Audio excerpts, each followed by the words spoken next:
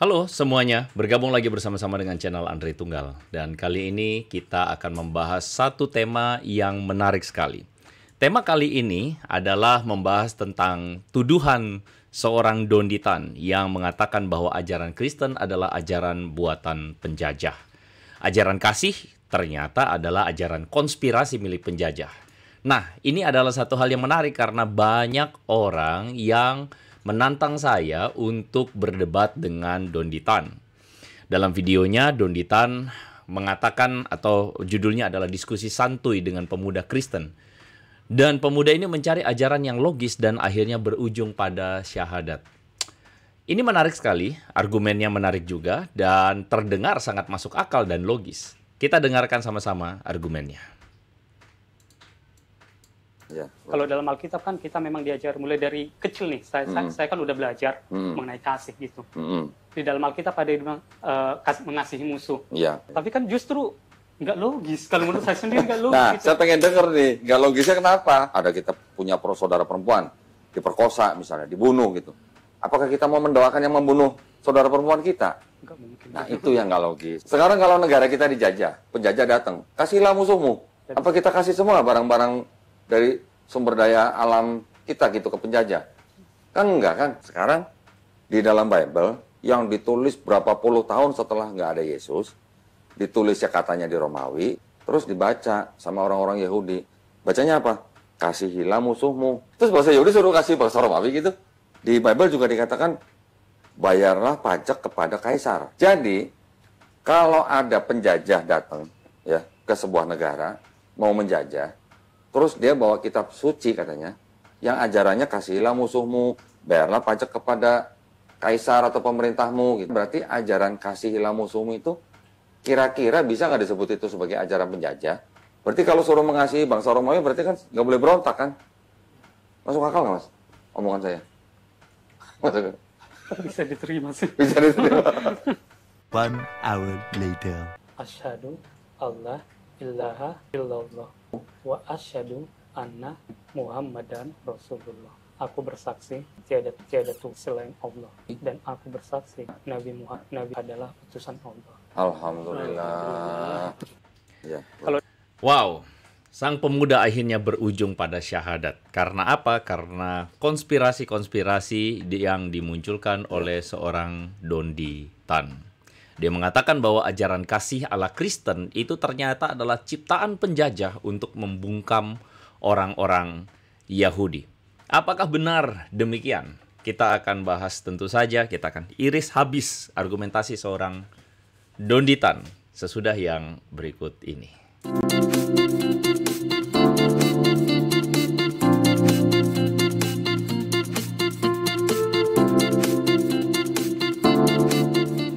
Oke, teman-teman. Sekali lagi, saya akan memulai dengan daftar isi terlebih dahulu. Karena saya ingin supaya kita yang mengikuti live ini, teman-teman bisa belajar tentang materi yang akan saya sampaikan. Yang pertama, saya akan melakukan disclaimer tentang pemuda Kristen yang mencari agama yang logis. Dalam hal ini, sekali lagi, ini penting sekali untuk kita membangun tataran logika dan kenapa video ini dibuat.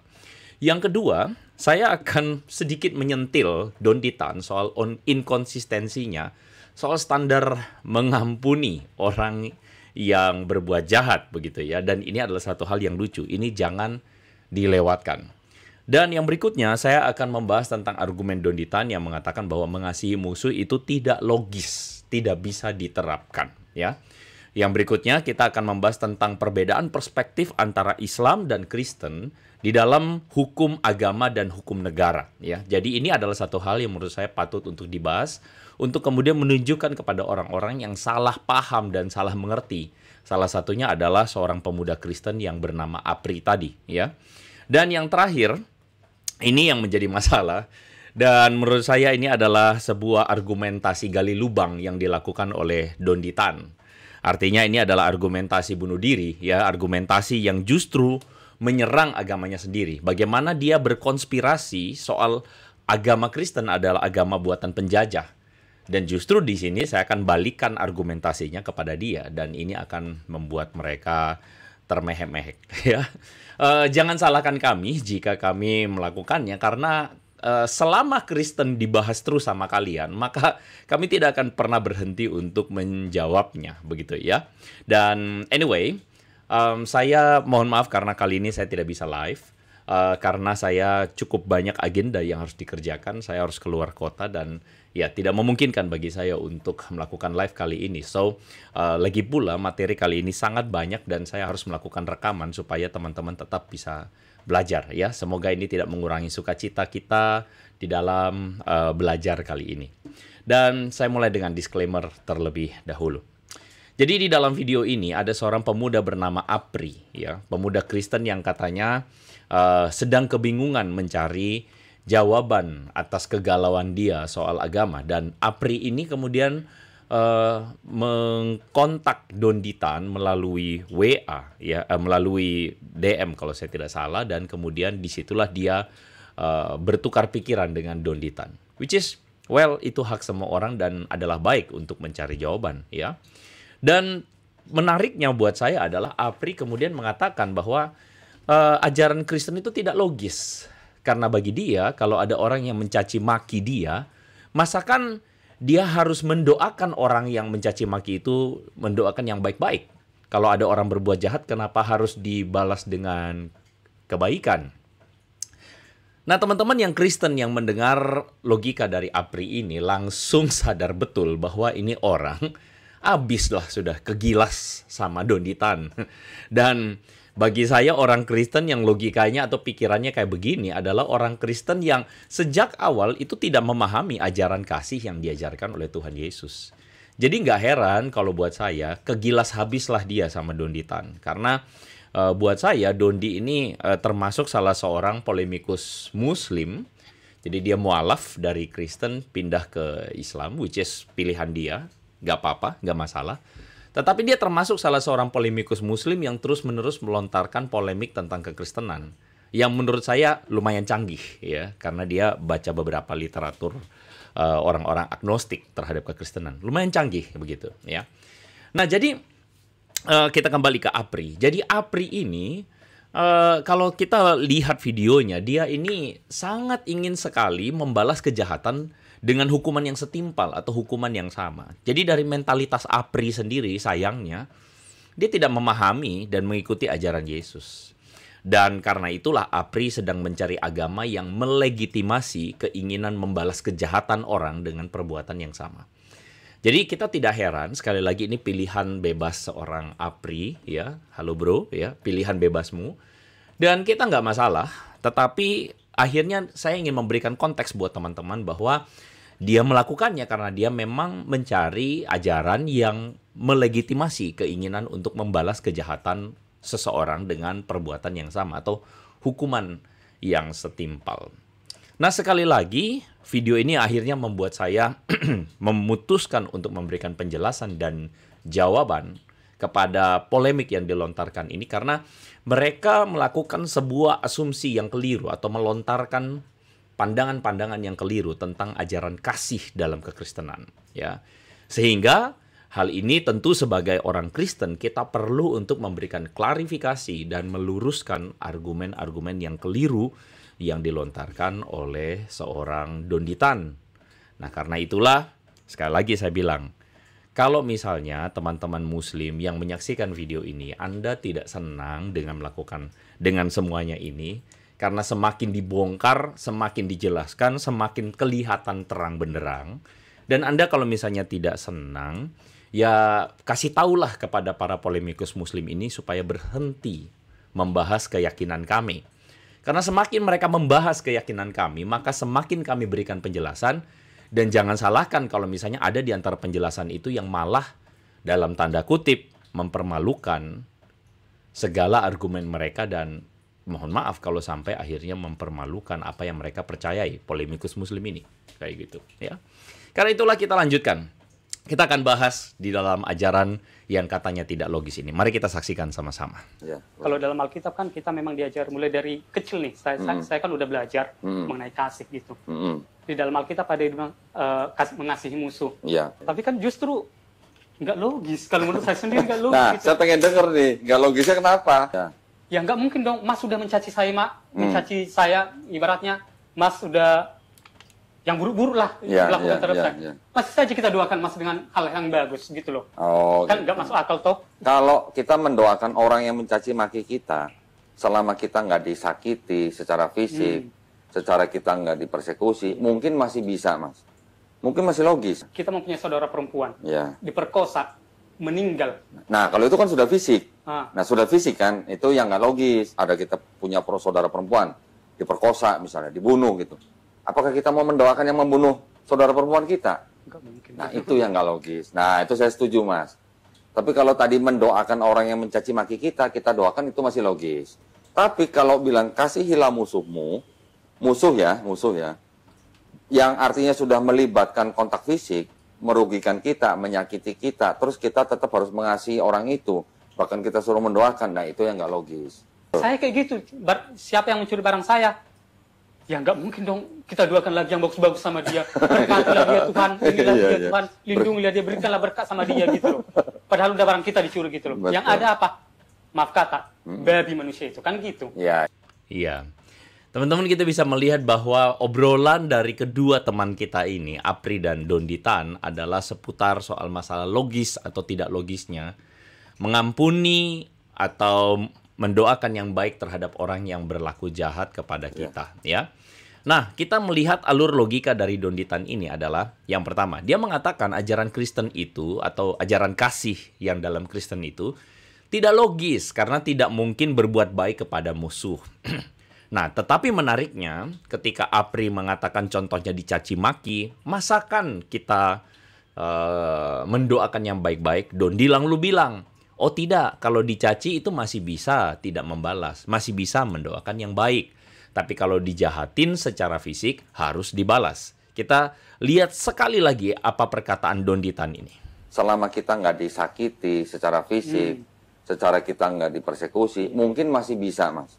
Mungkin masih logis. Kita mempunyai saudara perempuan, Ya. diperkosa, meninggal. Nah, kalau itu kan sudah fisik. Ah. Nah, sudah fisik kan, itu yang nggak logis. Ada kita punya saudara perempuan, diperkosa misalnya, dibunuh gitu. Apakah kita mau mendoakan yang membunuh saudara perempuan kita? Nggak mungkin. Nah, itu yang nggak logis. Nah, itu saya setuju, Mas. Tapi kalau tadi mendoakan orang yang mencaci maki kita doakan itu masih logis. Ya, Anda bisa melihat bahwa standar Donditan adalah mendoakan yang mencaci maki itu masih logis. Kalau cuma dicaci maki, jangan dibalas. Nah, buat saya inilah inkonsistensi yang pertama dari seorang Donditaan. Jadi begini, mohon maaf Kodondi ya, saya yakin Anda menyaksikan video saya ini. Masalahnya adalah ada kisah yang menyebutkan bahwa Nabi yang Anda ikuti hari ini berlaku sebaliknya dari apa yang Anda katakan. Dikisahkan bahwa Muhammad itu pernah melegitimasi ya pembunuhan bagi mereka yang menghina beliau. Misalnya yang terjadi pada seorang bernama Abu Afak, atau yang terjadi pada seorang bernama Asma binti Marwan, atau juga yang terjadi pada orang-orang yang bernama Fartana, Al-Harith bin Al-Talatil, Abdullah ibnu Zibara, dan Hubairah. Ini adalah orang-orang yang terkena eksekusi ketika mereka menghina atau mencaci maki Nabi Muhammad menurut kepercayaan saudara-saudara kita ini. Ya. Jadi masalahnya adalah saya ingin mengatakan bahwa Anda inkonsisten, Kodondi. Kalau Anda betul-betul mengikuti nabimu, maka Anda harus juga konsisten bahwa yang mencaci maki juga ya harus dibalas begitu. Seperti yang dilakukan dalam sirah atau yang seperti yang dikabarkan di dalam sirah. Saya menemukan seorang artikel yang ditulis atau diterjemahkan sebenarnya oleh seorang Irfan Nugroho. Jadi dia mengatakan judulnya adalah kisah pembunuhan Abu Afak sang penista agama. Ya. Jawaban tim fatwa Islam Web diketuai oleh Syekh Abdullah Fakih Al-Sinkiti ya. Di sini dikatakan bahwa Abu Afak adalah seorang Yahudi yang biasa menghina Rasulullah dengan puisinya dan menghasung manusia untuk menentang beliau. Oleh karena itu seorang sahabat, seorang bernama Salim bin Umair pergi menemui Abu Afak dan membunuhnya. Maka terjadilah misi Salim bin Umair melawan Abu Afak si Yahudi di bulan Syawal. Abu Afak adalah pria tua berusia 120 tahun Dia adalah seorang Yahudi dan memiliki kebiasaan menghasung manusia melawan Rasul. Dia terbiasa membuat puisi satir tentang Nabi Muhammad. Salim bin Umar yang merupakan seorang sahabat yang mudah menangis dan ikut serta dalam perang Badar berkata, "Saya bersumpah bahwa saya akan membunuh Abu Afaq atau mati dalam upaya membunuh orang tersebut." Itu kata Salim, seorang sahabat Nabi, ya.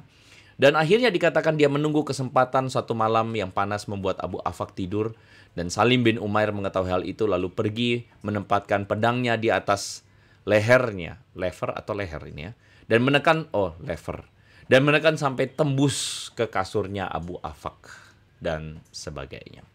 Hal ini dilegitimasi oleh sang nabi, ya. Perbuatan dari sahabat nabi ini yaitu Salim bin Umar ini, ya. Dan ini adalah sebuah bagian yang tercatat di dalam sirah. Dalam satu artikel yang lain dituliskan bahwa Rasulullah halalkan darah 9 pelaku kejahatan di Mekah. Dan 9 pelaku kejahatan tersebut adalah 9 pelaku yang kebanyakan diantaranya adalah orang-orang yang mengarang puisi atau menyindir Nabi Muhammad, ya. Fartana misalnya yang menyanyikan lagu satir tentang Muhammad. Al-Harith bin Al-Talatil menghina Muhammad melalui puisi-puisinya. Abdullah bin Sibara itu menulis puisi yang mengganggu atau mencemooh Muhammad. Hubairah adalah orang yang mencemooh Muhammad lewat puisinya. Dan ini adalah orang-orang yang kemudian, mohon maaf sekali lagi, dieksekusi, dihabiskan begitu ya oleh sahabat Muhammad, dan itu dilegitimasi oleh Muhammad. Semuanya tertulis di dalam sirah, dan teman-teman bisa lihat di sebelah kanan ada sirah Nabawiyah dari Ibnu Katsir dan sebagainya. Jadi ini adalah sesuatu yang terjadi.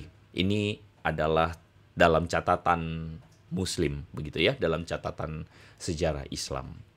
Jadi saya jadi mempertanyakan sebenarnya ajaran agama penutup dan agama yang sempurna. Apakah ajaran demikian itu melegitimasi eksekusi terhadap orang-orang yang mencaci dan menghina? Dan menurut saya ini inkonsisten dengan apa yang dikatakan oleh Don Ditan yang mengatakan kalau mencaci ya bolehlah didoakan yang baik-baik. Tetapi pada kenyataannya itu tidak terjadi pada sejarah Islam, apalagi pada penaklukan Mekah begitu ya. Nah, apa yang membuat, lalu buat saya pribadi, apa yang membuat kalau begitu saya percaya pada Yesus Kristus? Yesus Kristus pernah mengalami apa yang terjadi juga pada Muhammad ketika dia dihina, ya. Jadi Matius 27, 39 dan 40 mengatakan orang-orang yang lewat menghujat Yesus sambil menggelengkan kepala. Mereka berkata, "Hai engkau yang mau merubuhkan bait suci dan membangunnya kembali dalam 3 hari, selamatkanlah dirimu jika engkau anak Allah, turunlah dari salib itu." Bahkan imam-imam kepala juga dan ahli Taurat dan para tua-tua agama mengolok-olok Yesus, lalu berkata, "Orang lain dia selamatkan, tapi dirinya tidak dapat ia selamatkan. Dia Raja Israel, baiklah dia turun dari salib dan kami akan percaya kepadanya." Apa yang membuat saya percaya adalah Yesus ketika disalibkan mengatakan kepada orang-orang yang menghina dia itu, "Ya Bapa, ampunilah mereka, sebab mereka tidak tahu apa yang mereka perbuat." Jadi saya mau bertanya kepada teman-teman semua, dari kisah ini saja, saya belum masuk kepada pembahasan nih ya, tapi dari kisah ini saja soal mengampuni yang mencaci maki, manakah yang lebih mulia? Kalau dari saya pribadi, saya melihat Tuhan Yesus lebih mulia adabnya atau sikapnya atau tindakannya. Itu pendapat pribadi saya. Tapi sekali lagi, kalau teman-teman yang menyaksikan, Anda punya pendapat lain, silahkan. Tetapi bagaimana menurut teman-teman? Silahkan teman-teman tuliskan di kolom komentar yang ada di bawah. Dan tentu dalam hal ini saya menyentil seorang Don Ditan. Kalau Anda mau konsisten Kodondi, maka Anda pun tidak boleh mengeluarkan statement mengampuni yang mencaci itu. Tetapi Anda juga harus konsisten dengan keteladanan yang ditunjukkan begitu ya. Dan ya, saya nggak tahu. Ya, tentu dalam hal ini saya juga yakin, tapi menurut saya ada konsistensi yang ditunjukkan oleh Tuhan Yesus ya. Jadi ya, itu pilihan Anda ya. Oke. Bagaimana dengan sebuah bagaimana dengan sebuah ide yang dikemukakan oleh Donditan yang mengatakan ajaran kasih itu tidak logis? Mari kita saksikan sama-sama. Tapi kalau bilang kasihilah musuhmu, musuh ya, yang artinya sudah melibatkan kontak fisik, merugikan kita, menyakiti kita, terus kita tetap harus mengasihi orang itu, bahkan kita suruh mendoakan, nah itu yang nggak logis. Saya kayak gitu, siapa yang mencuri barang saya? Ya nggak mungkin dong kita doakan lagi yang bagus-bagus sama dia. Berkatilah dia Tuhan, inilah dia Tuhan, lindungilah dia, berikanlah berkat sama dia gitu loh. Padahal udah barang kita dicuri gitu loh. Betul. Yang ada apa? Maaf kata, babi manusia itu kan gitu. Ya. Logikanya memang Betul. seperti itu. Ya. Sekarang kalau negara kita dijajah, penjajah datang, kasihlah musuhmu. Gimana? Apa kita kasih semua barang-barang dari sumber daya alam kita gitu ke penjajah? Kan enggak kan? Pasti kita lawan, kita usir kan? Ya. Teman-teman, kita barusan menyaksikan bagaimana logika dari seorang Donditan yang mengatakan ini tidak logis. Kenapa? Karena kalau ada orang yang menjahati kita, logisnya ya kita nggak boleh mengalah, begitu kan? Nah, alur logikanya adalah dia mengatakan kalau sampai musuh mencelakai fisik itu tidak mungkin dikasihi. Misalnya, contohnya, kalau ada penjajah, masakan dikasih semua kekayaan alam kita. Jadi menurut Donditan, ajaran kasih itu tidak logis. Nah, masalahnya adalah definisi tidak logis menurut Donditan itu ya adalah definisi yang sempit. Kenapa? Karena dia mengatakan tidak aplikatif pada tatanan keadilan bermasyarakat. Tidak aplikatif pada mereka yang berbuat kejahatan. Dan dia kasih contoh, ya penjajah tadi, orang jahat itu akan berbuat sekehendak hatinya. Dalam hal ini menurut saya logika ini masuk akal atau logis. Kenapa? Karena melihat secara standar keadilan atau kehidupan bersama. Ya. Nah, cuman saya ingin mengajak Kodondi untuk melihat ajaran mengasihi musuh ini pada tempat yang semestinya. Dalam arti ketika orang Kristen membaca atau mendengar ajaran untuk mengasihi musuh, ajaran Yesus ini adalah ajaran yang dimaksudkan untuk mengatur sikap diri sendiri. Jadi setiap orang itu pada dirinya sendiri itu haruslah tidak menyelesaikan kejahatan dengan kejahatan. Jadi ini mengatur pada sikap pribadi Kodondi, bukan mengatur pada hukum negara. Dan ajaran kasih ini tentu saja tidak diartikan membiarkan atau melayani nafsu jahat orang lain. Nah, saya mau kasih tahu dulu. Ada sebuah perbedaan yang jelas antara perspektif Kristen dan Islam soal masalah hukum agama dan implementasi politiknya. Jadi, kalau Islam itu jelas adalah agama yang menekankan pada syariat, hukum agama.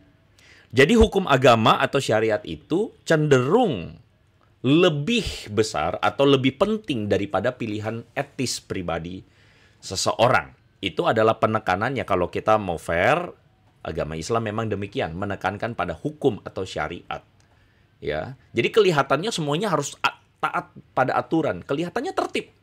Ya, ada baiknya. Oh, ada baiknya, begitu ya.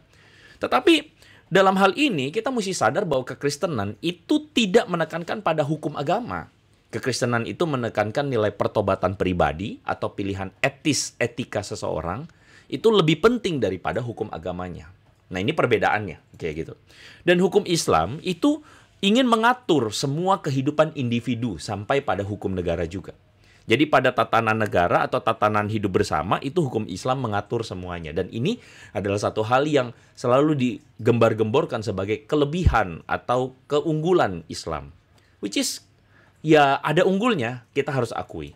Tetapi masalahnya adalah kekristenan itu tidak dimaksudkan untuk mengintervensi pemerintah dan peradilan. Ini perbedaannya. Jadi posisi iman Kristen dan pemerintahan politik adalah kekristenan itu memberikan ruang penegakan hukum bagi pemerintah yang berkuasa. Misalnya dalam Roma 13 ayat 4 di situ dikatakan, tidak percuma pemerintah menyandang pedang.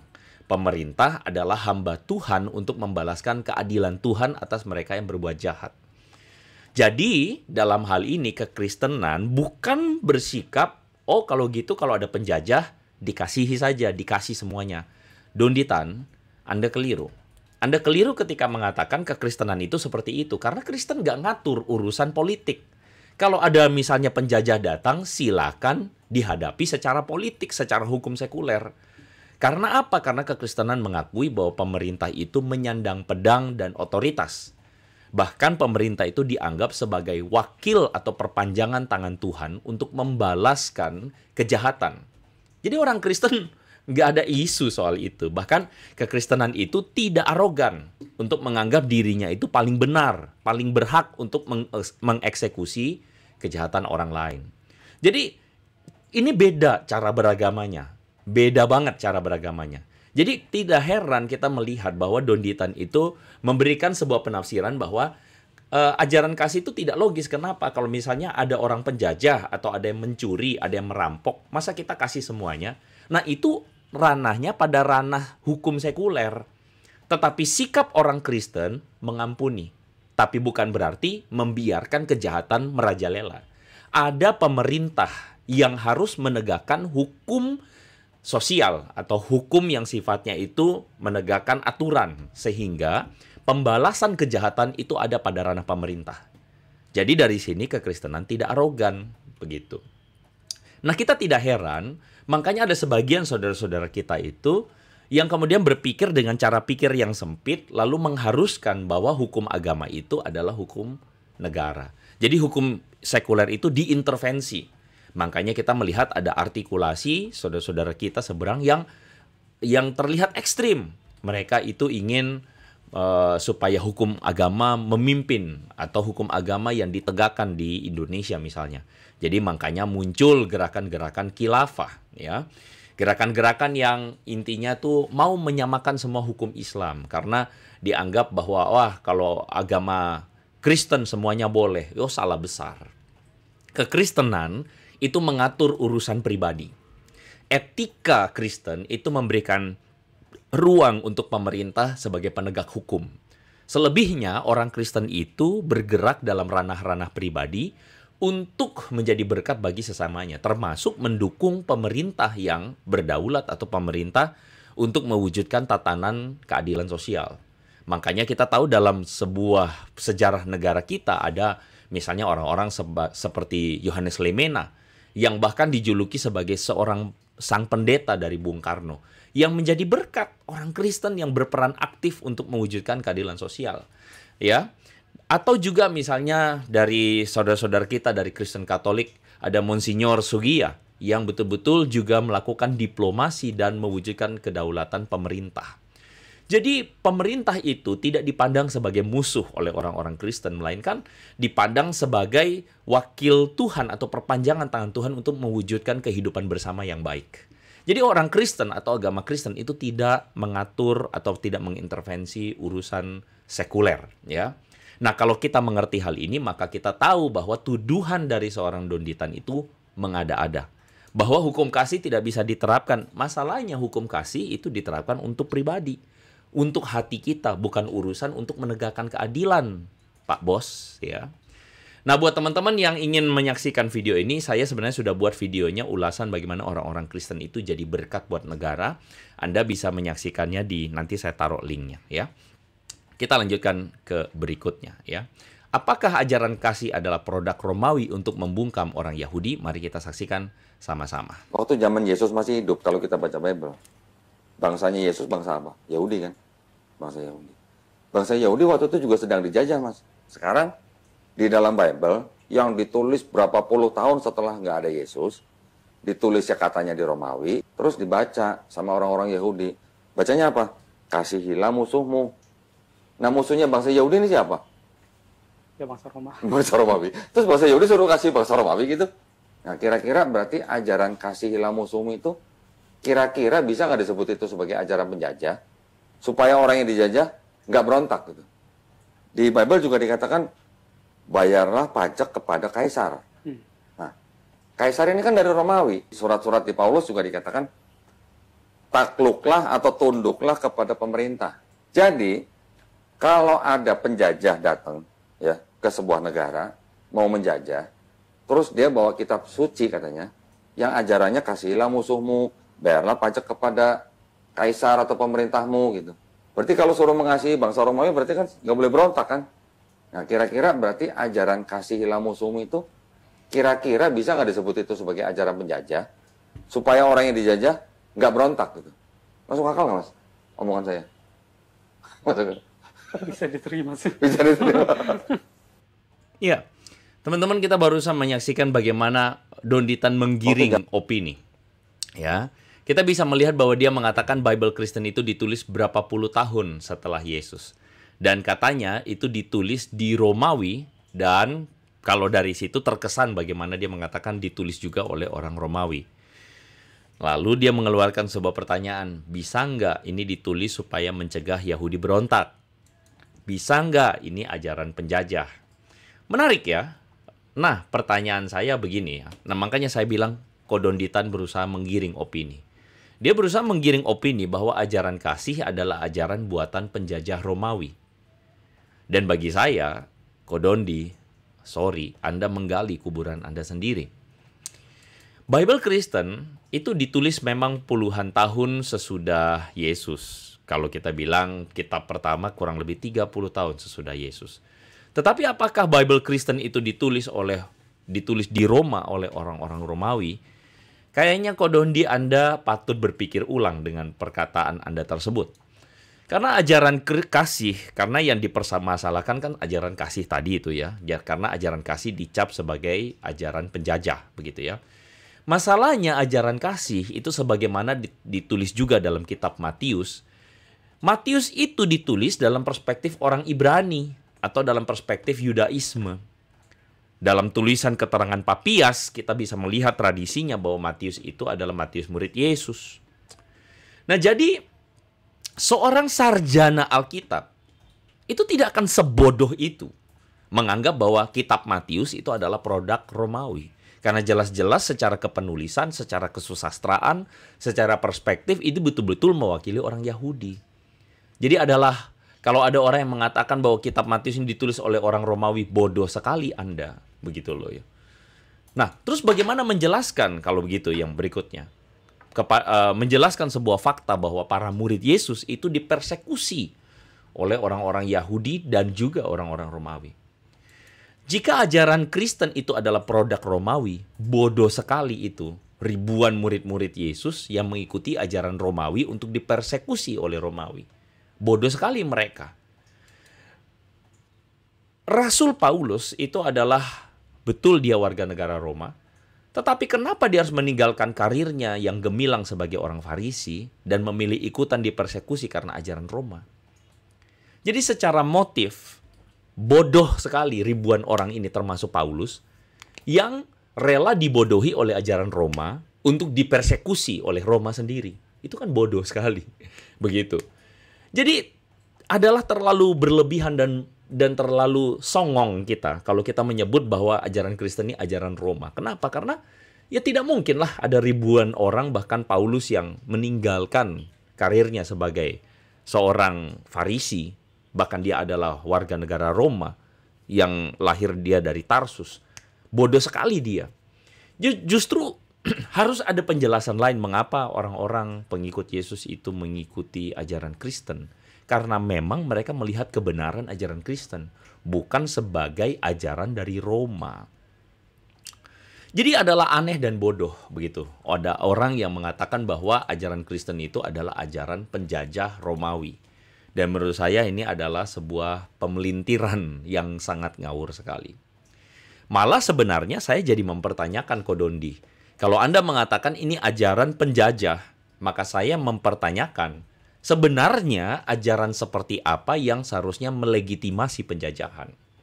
Menurut versi Donditan, ajaran kasih itu melegitimasi penjajahan karena membuat yang dijajah tidak memberontak. Saya berikan alternatif kedua.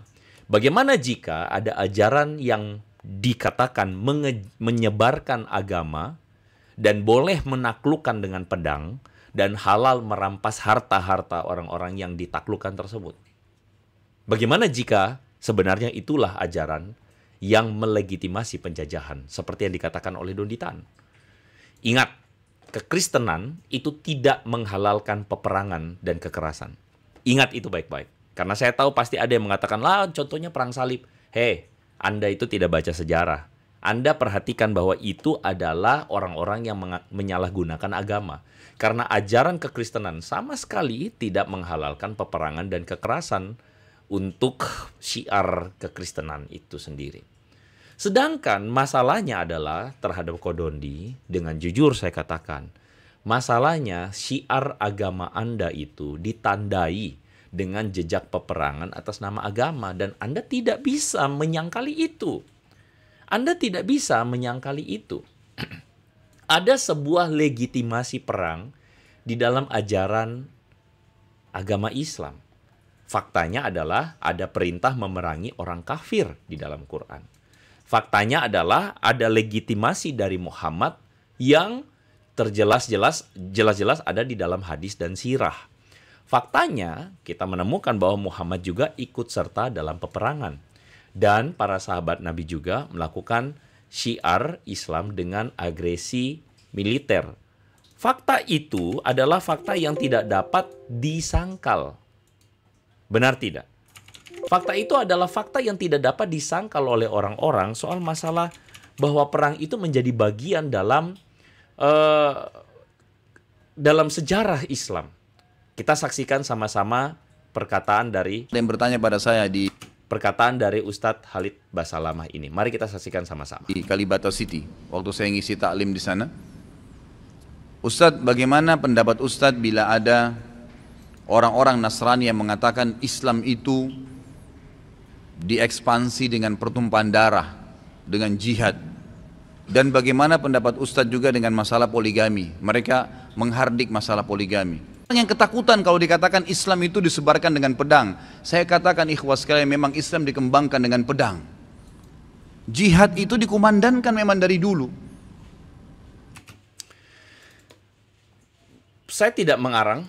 Itu adalah perkataan dari Ustadz Khalid Basalamah yang mengatakan bahwa ternyata bahwa ada sebuah sejarah di dalam Islam yang juga menggunakan peperangan di dalam syiar tersebut. Di dalam surat At-Taubah misalnya, At-Taubah 73:1-23, di ayat 73 dikatakan, "Wahai Nabi, berjihadlah melawan orang-orang kafir dan orang-orang munafik, dan bersikap keraslah terhadap mereka. Tempat mereka adalah neraka jahanam." Ayat 123, "Wahai orang yang beriman, perangilah orang-orang kafir yang ada di sekitar kamu." Dan sebagainya. Kita bisa melihat bahwa ada legitimasi agama terhadap perlakuan peperangan atau sikap peperangan. Dan ini adalah saya dapatkan dari website P2K dari unhamsah.ac.id yang menjelaskan daftar peperangan yang dilakukan selama sejarah Islam, ya. Jadi ada 26 yang disebut perang syariah ya, yang dipimpin oleh Muhammad, sedangkan ada perang-perang yang disebut sebagai perang Ghazwah, ya. Perang Ghazwah itu yang dipimpin oleh Muhammad, sedangkan perang Sariyah itu dilakukan oleh sahabat-sahabat Muhammad. Jadi ini adalah contoh bagaimana di dalam masa Nabi dan juga separa sahabatnya ada perang yang dilakukan bahkan untuk ekspansi. Jadi ekspansi itu adalah sebuah perang yang dilakukan untuk meluaskan ajaran Islam. Termasuk contohnya misalnya yang dilakukan oleh Umar bin Khattab melawan pasukan atau melawan Persia. Jadi ini bukan sebuah perang yang diinisiasi oleh Persia, tetapi perang yang diinisiasi atau dimulai oleh Islam, oleh kerajaan Islam untuk meluaskan pengaruh Islam. Dan Persia tidak memulai terlebih dahulu. Saya mau tanya, apa definisi penjajahan? Kita tidak usah ngomong penjajahan, tetapi penjajahan melakukan yang namanya invasi. Invasi itu adalah ketika ada pihak yang tidak bersalah, pihak yang tidak ngapa-ngapain, kemudian diserbu masuk, lalu kemudian diduduki. Dan apa yang terjadi dengan Persia adalah invasi. Jadi saya jadi bertanya, Kodondi, manakah yang disebut ajaran yang melegitimasi penjajahan? Anda salah besar. Ingat bahwa penyebaran Injil oleh para murid Yesus itu tidak pernah dilakukan dengan perang. Penyebaran Injil itu tidak pernah dilakukan dengan peperangan. Yang gambar di depan ini adalah martir pertama, yaitu Stefanus yang mati di rajam batu. Dia tidak melakukan peperangan atau pemaksaan untuk menerima ajaran Kristen, tetapi Justru ini menunjukkan bagaimana kekristenan itu menyebar tetapi tidak dengan peperangan. Menyebar justru dengan sikap mengalah, sikap yang mengasihi. Jadi Kodondi pikir 2 kali. Manakah, saya tanya, ajaran yang paling bisa dipakai oleh penjajah? Apakah ajaran yang Anda bilang ajaran kasih biar yang dijajah tidak memberontak? Ataukah justru ajaran yang menyebarkan agama dan boleh menaklukkan dengan pedang dan disebut halal, bahkan untuk merampas harta-hartanya? Menurut Anda, teman-teman, manakah ajaran yang paling bisa dipakai oleh penjajah? Silakan Anda pikirkan baik-baik. Jadi untuk saya, ajaran yang logis adalah ajaran kekristenan. Ajaran yang logis adalah ajaran kekristenan karena Yesus mengajarkan untuk mengasihi. Ini membuat kita, hati kita yang paling dalam itu mengerti apa yang menjadi isi hati Tuhan yang maha pengasih, maha penyayang. Ajaran hati Tuhan yang penuh dengan kasih dan sayang, penuh dengan pengampunan.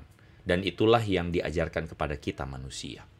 Kalau buat saya, itulah yang logis. Tapi tidak tahu, dan saya juga tidak akan pernah memaksa orang lain untuk ikutan cara pikir saya. Pilihan Anda, ya pilihan Anda pribadi. Cuman bagi saya adalah, saya akan mematahkan segala argumentasi yang keliru tentang kekristenan, apa yang saya percaya.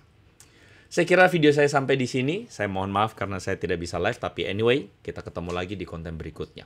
Sebarkan video ini kalau misalnya video ini adalah video yang bermanfaat dan mengedukasi kita semua. Semoga kita tetap bersatu di dalam bingkai negara kita, negara kesatuan Indonesia. Kita ketemu lagi di konten berikutnya, so make it simple and make it meaningful. May God bless you, teman-teman semua.